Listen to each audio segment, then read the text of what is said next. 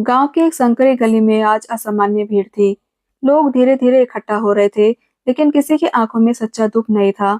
बस एक अजीब सी जिज्ञासा और आदत से मजबूर सहानुभूति थी। उसी भीड़ के बीच खड़ी थी राधा, बिल्कुल शांत, जैसे उसके अंदर का हर भाव कहीं खो गया हो। उसके सामने जमीन पर सफेद कपड़े पे लिपटा उसका पति का शव पड़ा था, और चारों तरफ खड़े लोग उसके बारे में बातें कर रहे थे। अब बेचारी का क्या होगा?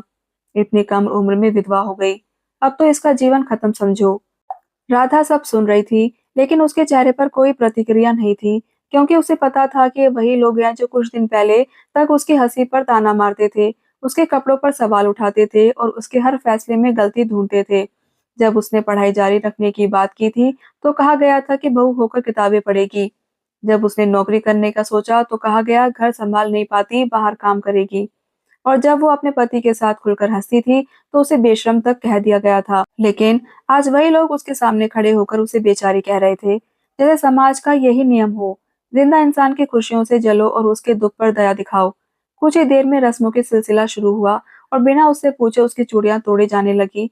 किसी ने उसके पैरों से बिछियां निकाल दी, और किसी ने उसके माथे से सिंदूर पोंछ दिया, जैसे एक एक करके उसकी पहचान छीनी जा रही हो। राधा चुपचाप सब सहती रही, क्योंकि उसे बचपन से ही यही सिखाया गया था कि औरत को सवाल नहीं करना चाहिए। लेकिन तभी भीड़ से खड़ी एक छोटी बच्ची ने अपनी माँ से मासूमियत से पूछा, माँ, ये आंटी की सारी चीजें क्यों उतार रहे हैं? और माँ ने धीमी आवाज में जवाब दिया, क्योंकि अब इनके पति नहीं रहे।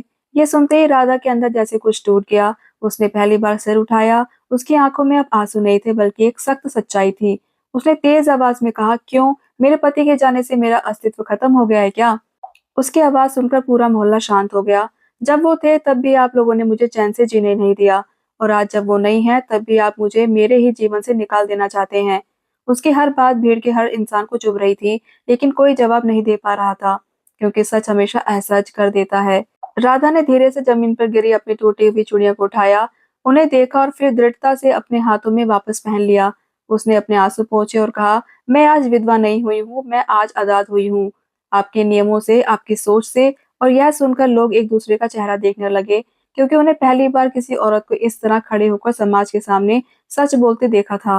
राधा ने बिना पीछे देखे वहां से कदम बढ़ा दिए, और उस दिन पहली बार उस गली में खड़ी भीड़ को एहसास हुआ कि समाज का असली सच क्या है।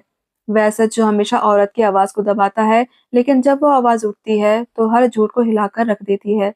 दोस्तों, कहानी पसंद आई हो तो नेहा की कहानी चैनल को सब्सक्राइब जरूर करें।